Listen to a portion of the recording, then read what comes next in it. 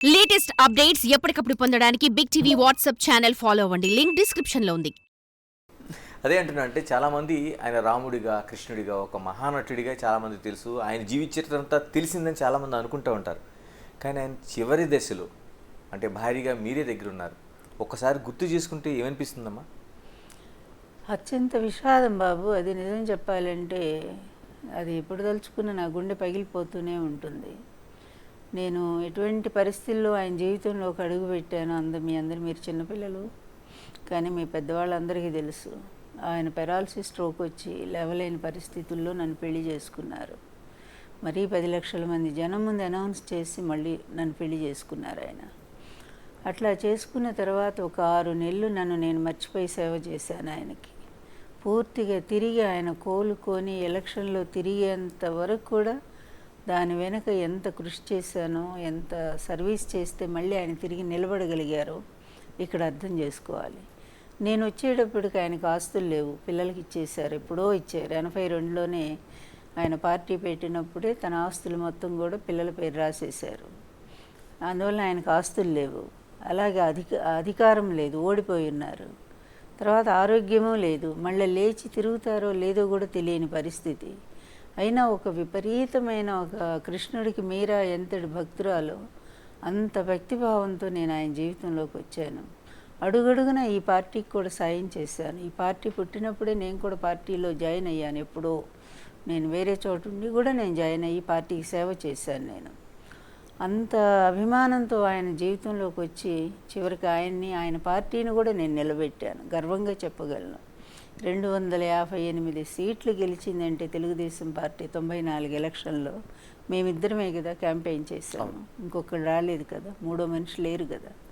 మేమిద్దరం క్యాంపెయిన్ చేసి పార్టీని అంత అద్భుతంగా గెలిపించుకుంటే చివరికి 8 నెలలు తిరగకుండా నన్ను బూచిగా చూపించి నా భర్తను పదవి నుంచి లాగేసి ఆ ముఖ్యమంత్రి పదవి కోసం వాళ్ళు ఆడిన దుర్మార్గాలు, నాటకాలు రామోజీ అను చంద్రబాబు కలిసి దానికోసం స్త్రీనైనా సరే ఎన్ని చంపినా సరే సిద్ధపడ్డాను నేను. ఏదైనా నా భర్తకు జరిగిన అన్యాయాన్ని ప్రజలందరికీ చెప్పేదాకా నేను ఈ పోరాటాన్ని కొనసాగిస్తాను. నా భర్త దగ్గర నేను శవం దగ్గరే ప్రమాణం చేసుకున్నాను. నేను అప్పటి నుంచి కూడా కంటిన్యూగా అలాగే నిలబడ్డాను. నేను ఎప్పుడు వెనక్కి తగ్గలేదు, ఇంతవరకు ఎక్కడా కాంప్రమైజ్ కాలేదు.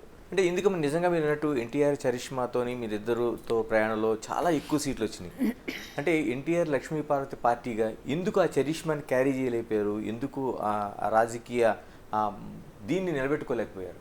ఒక్కటి బాబు, అక్కడ అడుగడుగునే మోసం. ఇప్పుడు ఎన్టీఆర్ అంతటి మహామనిషిని పడేటువంటి అంత తేలిక చెప్పండి. కానీ 8 నెలల్లో ఎట్లా లాక్కోగలిగాడు? అతను అంత తెలివి, అంత కుట్రదారు అతను. అదేవిధంగా ఆయన చనిపోయిన తర్వాత పార్టీ చీలిక వచ్చింది. సైకిల్ గుర్తు మాకు రావాలి, కానీ రానివ్వకుండా అతను లంచం ఇచ్చి ఆ సైకిల్ గుర్తును తెచ్చుకున్నాడు. అలాగే కోర్టును ఎలా మేనేజ్ చేశాడో అది చాలా పెద్ద స్టోరీ ఉంది చెప్పడానికి. నేను చెప్పడమే, ఇప్పుడు అందరూ చెప్తూనే ఉన్నారు ఆ స్టోరీలన్నీ కూడా. ఇలా అడుగడుగున అందరినీ కూడా లంచాలు ఇచ్చో, లేకపోతే బబ్బెపెట్టో, లేకపోతే తప్పుదారి పట్టించో ఈ విధంగా ఎన్టీఆర్కి సంబంధించిన ఆస్తులుగా చేశాడు. పార్టీకి సంబంధించిన నిధులు తీసుకున్నాడు. చివరికి పార్టీ గుర్తు సైకిల్ గుర్తు లాగేశాడు. అప్పటికప్పుడు కొత్తగా వచ్చిన గుర్తు మాది సింహం గుర్తు. ఇటువైపు నాకెవరిని ఉన్నారా? ఎమ్మెల్యేలు అందరూ అటే వైపు వెళ్ళిపోయారు కదా. చంద్రబాబు ఎన్టీఆర్ ఉన్నప్పుడే లాగేసుకున్నాడు కదా అతను మొత్తాన్ని కూడా. లాంటి సీనియర్ లీడర్లు మీ వైపే ఉన్నారు కదా. ఎవరు? గోరెంట్ల బుచ్చి చౌదరి లాంటి వాళ్ళు. గోరెంట్ల బుచ్చి చౌదరి, మన ముద్దు కృష్ణనాయుడు, మొత్తము 22 మంది ఎమ్మెల్యేలు ఉన్నారు. అప్పటికి 21 మంది ఎమ్మెల్యేలు ఉన్నారు. ఉన్నా కూడా చాలామంది హార్ట్ఫుల్గా పనిచేయలేదు. అంటే వాళ్ళు తటస్థంగా ఉండిపోయారు. 3-4 అప్పయ్య దొర ఇలాంటి వాళ్ళు, అలాగే వాళ్ళు ఏముంది వాళ్ళ నియోజకవర్గానికే పరిమితం. వాళ్ళ ప్రభావం రాష్ట్రం అంతా ఉండదు కదా. మాకున్న తక్కువ టైంలో సింహం గుర్తుతో మా దగ్గర డబ్బు లేదు, అవతల అధికారంలో ఉన్నాడు. అదేవిధంగా సింబలే మమ్మల్ని ఎక్కువ దెబ్బతీసింది. ఎందుకంటే సైకిల్ సింబల్కి ప్రజలు అలవాటు పడిపోయారు. అప్పటికి 14 ఏళ్ళుగా తెలుగుదేశం పార్టీ పెట్టిన తర్వాత. మీకు ఒకటి గుర్తు చేస్తాను, అరుణ్ శౌరి అని గొప్ప జర్నలిస్టు కదా, ఆయన మంచి ఆర్టికల్ రాశారు. ఈ ఎలక్షన్లో 96 ఎలక్షన్లో పార్లమెంట్ ఎన్నికల్లో లక్ష్మీపార్వతి 30 పార్లమెంట్ సీట్లు గెలుచుకోబోతుంది అని ఓకే ఆయన రాశారు. అంటే అప్పటికి వేవ్ ఎంత ఉందో మీరు చూడండి ప్రజల్లో. సరే మేము నా కష్టం పగలు రాత్రి జనాలు విపరీతంగా వచ్చారు బాబు.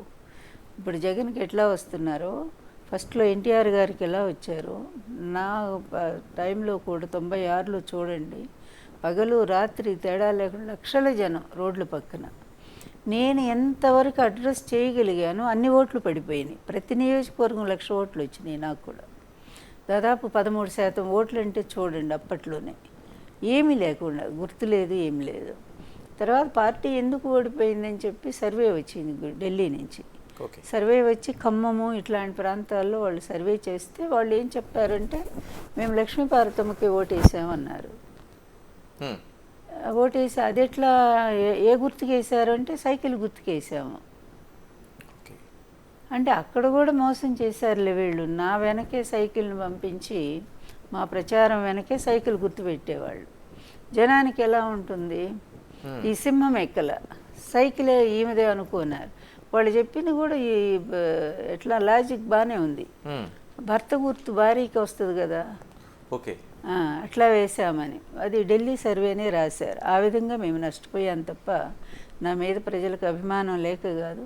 చదువుకున్న వాళ్ళు తెలిసిన వాళ్ళు చక్కగా సింహం గుర్తు మీద ఓటేశారు. కన్ఫ్యూజన్లో 40 లక్షల ఓట్లు పోయినాయి నాకు.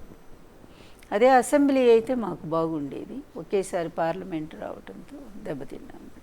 అమ్మాయి ఎందుకని చాలా వరకు అంటే ఆ రోజున ఎన్టీఆర్ వివాహం కావచ్చు, లేకపోతే మీ ప్రవేశం కావచ్చు, చాలామంది జీవితాల్లో అలాంటి పెళ్ళిళ్ళు కావచ్చు జరగడం అనేది అనివార్యంగా జరిగినాయి చాలా చోట్ల. ఎందుకు లక్ష్మీపార్వతిని ఎన్టీఆర్ కుటుంబం ఓన్ చేసుకోలేకపోయింది? ఒక రాజ్యాంగేతర శక్తిగా ఎందుకు మిమ్మల్ని వాళ్ళు చూపించాల్సిన అవసరం ఎందుకు వచ్చింది అసలు? వాళ్ళైతే ఎప్పుడు చూపెట్టలేదు నన్ను. చూపెట్టినంత చంద్రబాబు గారే రాజ్యాంగ. ఎందుకంటే ఆ కుటుంబం ఇప్పుడు రాజకీయాల్లో లేరు కదా, అప్పటికి లేరు కనుక చేసిందంత. ఇప్పుడు ఎవరికి ఇదంతా అవసరము?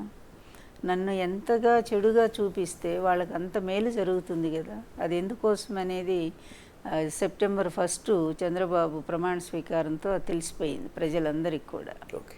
అందువల్ల ఏంటంటే ఇప్పుడు ఆ కుటుంబం ఎందుకు ఓన్ చేసుకోలేదంటే మరి నాకు తెలియదు. ఎన్టీఆర్ గారు ఫస్ట్ వాళ్ళందరినీ కూర్చోబెట్టి చెప్పారు. 2 సార్లు మీటింగ్ పెట్టి నేను ఆమెను పెళ్లి చేసుకుంటున్నాను అన్నారు. తర్వాత మా పవర్ వచ్చిన తర్వాత కుటుంబం దాదాపు ఒకళ్ళిద్దరు తప్ప అందరూ కలిసిపోయాం. అందరూ వచ్చారు. మొదటి నుంచి బాలకృష్ణ మాతో బాగున్నాడు, లాస్ట్ అబ్బాయి జయశంకర్ మాతోనే ఉన్నాడు. ఇంకా పవర్ వచ్చిన తర్వాత పెద్ద కొడుకు మాతోనే ఉన్నాడు. తర్వాత 2, 3 అందరూ మాతోనే ఉన్నారు. కోడళ్ళు పిల్లలు అందరూ వాళ్ళ ఇళ్ళకి మేము పోవటం, మా ఇళ్ళకి రావటం అంతా బాగానే. ఎప్పుడైతే ఇతను ఈ కుట్ర ప్రారంభించాడో కుటుంబాన్ని దూరం చేశాడు.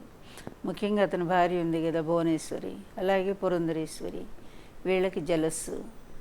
నాకు అంత పేరు వచ్చింది. ఎన్టీఆర్ మా పవర్ వచ్చాక అక్కడ పడ్డ లక్ష్మీపార్వతి అనే పేరే వినిపిస్తూ ఉంది. ఆమె వల్లే ఇంత పవర్ వచ్చింది, అదృష్ట దేవత అంటూ పార్టీ కూడా పొగట్టం మొదలుపెట్టారు. సరే సహజంగానే ఉండొచ్చు కుటుంబంలో, నేను దాన్ని కూడా తప్పుపట్టట్లేదు. కానీ ఒక ఈర్ష్య ద్వేషాలు పతాక స్థాయికి చేరినప్పుడు పర్యవసానం ఎలా ఉంటుందంటే ఒక దేవుడు లాంటి తండ్రిని కోల్పోయారనే జ్ఞానం వాళ్ళకి ఇప్పటికి కూడా కలక్కపోవటం అనేది దురదృష్టం. For more videos like this, subscribe Big TV channel.